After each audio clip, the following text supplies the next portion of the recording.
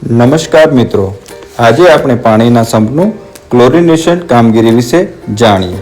સૌપ્રથમ સંપની અંદર રહેલા પાણીની માત્રા પ્રમાણે યોગ્ય માત્રામાં TCL પાવડર એક પાત્રમાં પાણી સાથે લઈ બરોબર મિક્સ કરવું। TCL પાવડર બરાબર મિક્સ કર્યા બાદ થોડા સમય સુધી પાણીને નીતરવા દેવું। ત્યારબાદ બનાવેલા દ્રાવણને ચોખ્ખા કપડા વડે અન્ય પાત્રમાં સારી રીતે ગાળી લેવું।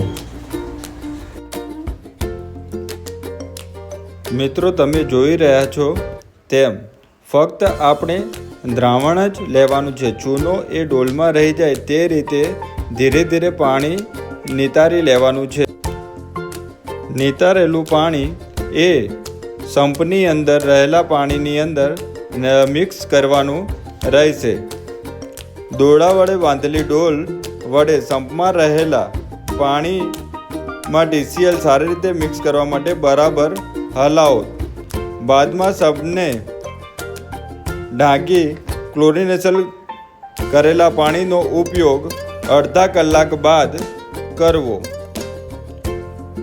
ક્લોરિનેશન સંપ કર્યા બાદ પાણીને યોગ્ય ઢાંકણ વડે ઢાંકવું ખૂબ જ જરૂરી છે। ધન્યવાદ।